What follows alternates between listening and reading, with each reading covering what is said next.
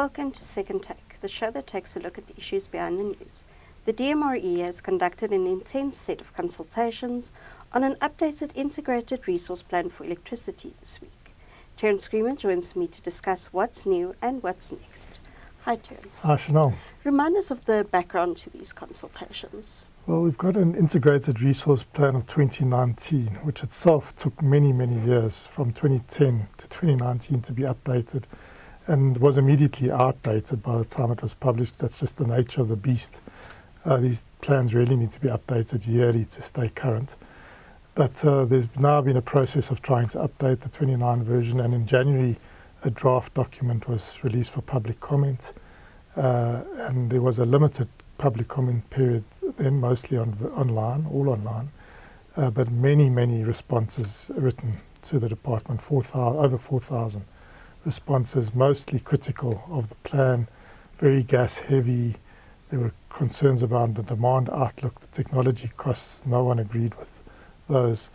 So after the GNU was set up and the Ministry of Energy and Electricity set up, a new sort of sub-process was initiated, allowing the SENEDI to review the document. And they've been doing that quietly behind the scenes for the last few months. And then it was dropped last week that there's going to be public consultations this week on the new assumptions and some of the new outcomes. So that's really the background. It's a long period, very unhappy with the draft integrated resource plan 2023, an updating process that's taken place behind the scenes, and now consultation on what they're calling IRP 2024. What are some of the big themes emerging from this updating process? It's a major revision, so a lot of the assumptions have changed. The demand assumptions are still moderate, sort of 1 to 2% growth over the period to 2050. The initial plan had two horizons, one to 2030, then the other one from 2031 to 2050. This will be an integrated plan outlook to 2050. The big change is Eskom's coal fleet energy availability factor, which was seen as declining, and that was credible. I think when it was published in early 2023, we were at the peak of load shedding, and then we know since the 26th of March we haven't had any load shedding, and the plant performance from the coal fleet has fundamentally changed, it seems. And while there's concern about how high the expectations are for the EAF in this 2024 version, there is a view that it is higher than that declining trend that we see, whether it's as high as 66 to 72% as outlined in the draft. That's up for debate, and whether that's sustainable, that's up for debate. But I think that that is the big change. So while the earlier draft was heavily criticized for not even having system adequacy, so we were going to have load shedding until 2027 because of that low EAF, and it was seen as no way of closing that gap. That immediately closes the gap with the addition of some 38 gigawatts of new committed, they say, projects that will come into the system. Now that's also open for debate. Will all of that capacity come in? We know that there's a lot of appetite from private IPP power purchase agreements. So those are they've included those. We've seen a massive rise in rooftop, staying at over 5 gigawatts. They've included those, and a rise to the end of this decade to around 11 gigawatts into the system. So there's those, plus the public procurement that's coming. So that's all they're seeing as committed, and then the big ticket item there is 6 gigawatts of gas to power, which 3,000 or 3 gigawatts of which will come from private program, which is under procurement at the moment, another 3 gigawatts from Eskom. So that gives you the security of supply to 2030. And then they've then outlined a reference case and 4 other cases for beyond 2031, and what that's going to mean, building on that base case that they'll have a higher EAF and this build program to 2030, and then saying what it should look like. And that's where I think there's going to be a lot more debate around the technology cost assumptions used for there. There's a case there for nuclear where it's assumed that nuclear can start, well, at first it has to be wedged in because it doesn't compete on cost, but it's the learning rates for SMR, which is the small modular reactors, from about 2035, 2036 are seen as quite aggressive. The prices that have been included for nuclear are seen as extremely aggressive because they arise from a request for information, which is a really non-commercial process. And probably the most optimistic scenario for nuclear prices, even though still they've had to wedge it in, that's had to force it in to have a nuclear case. And then they've looked at other scenarios with much more aggressive battery learnings in terms of those costs coming down, a case for maybe delaying the decommissioning of some coal-fired power stations, increasing the life from 50 to 60 years. That has big implications. That is actually also comes out as the most expensive in the plan. But so it's a number of these reference cases, and then one reference case for gas where you don't force in that 6 gigawatts that I spoke about earlier in the period to 2030, but allow it to come in more naturally, and that obviously changes the pattern somewhat. What has the response been so far? I think some of the big winners are quite happy. So the wind industry, which was really underrepresented, massively so in the 2023 draft, and is now a very big part, much bigger than utility scale solar in this reference case. There's obviously a lot of happiness that has seen a big change in their fortunes, sort of up to 2050, sort of 76 gigawatts of wind, solar far less than that, around in the mid-20s. So there's obviously a positive reaction there. I think on the whole, the gas industry is quite pro what they've seen. They don't agree with the $15 a gigawatt, which is very high, and the DMRE admits it's high, but they're looking at this because we haven't really got the infrastructure in place, and they're assuming that this will be based on imported LNG. So there's a concern about how high the gas price is.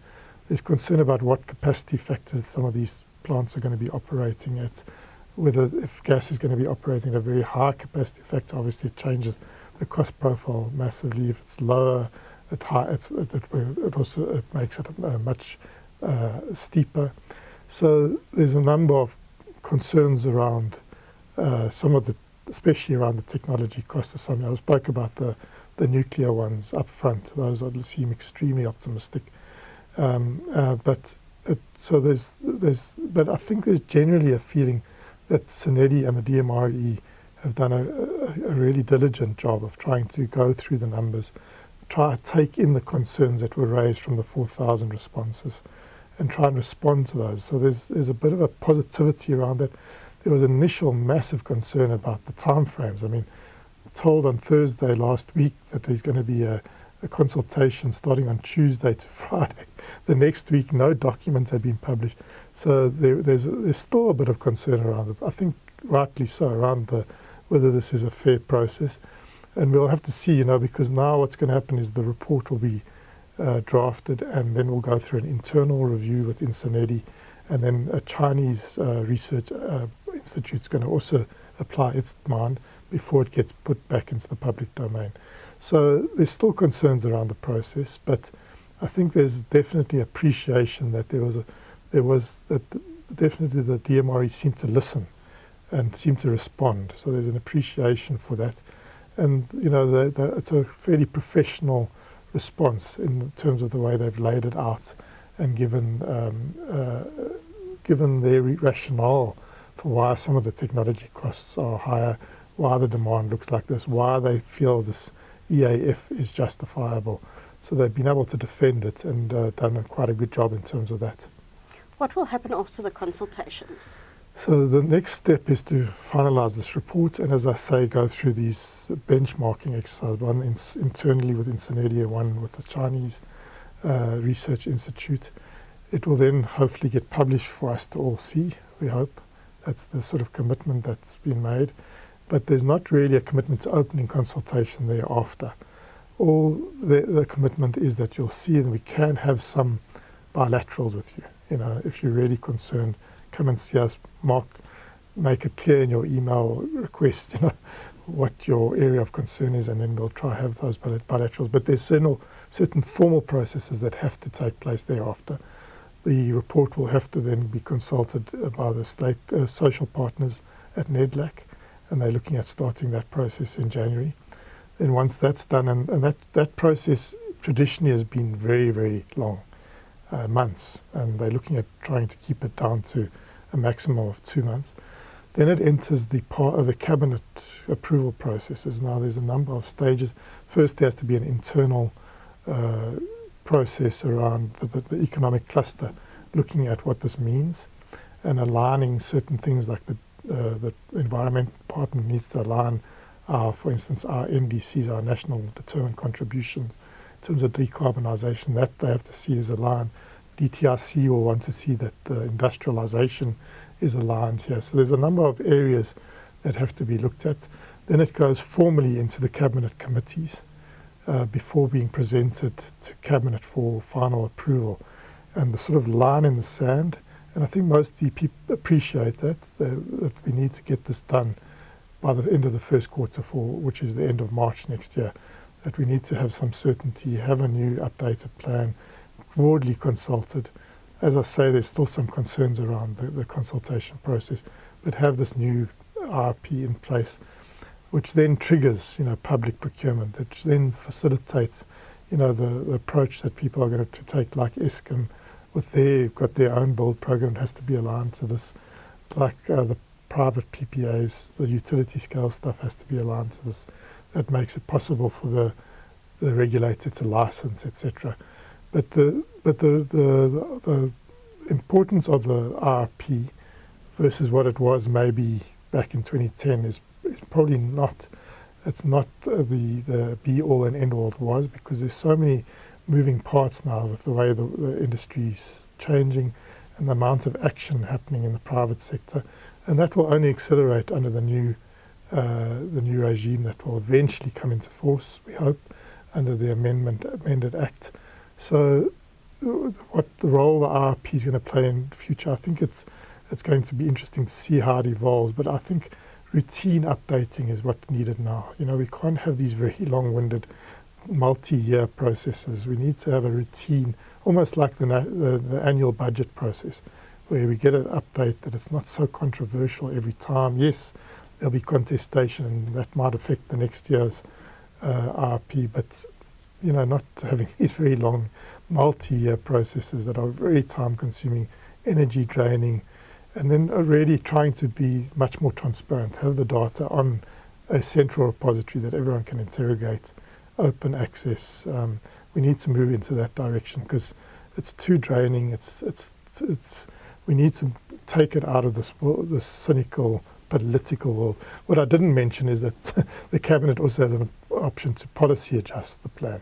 So if they do make policy adjustments before it gets to approval stage, there will have to be a running whether that actually will work from a system perspective and what the cost of those policy adjustments will be. So as you see, it's a complicated process. It's a highly politicized process, but I do think we need to enter a world of a more routine updating where it's a live document and we see, as changes happen on the demand and supply side, we need to start seeing those reflected almost in real time in the plan, but at least on a yearly basis. This multi-year delay and everyone having to have hearings and things like that, I think we need to find a new way.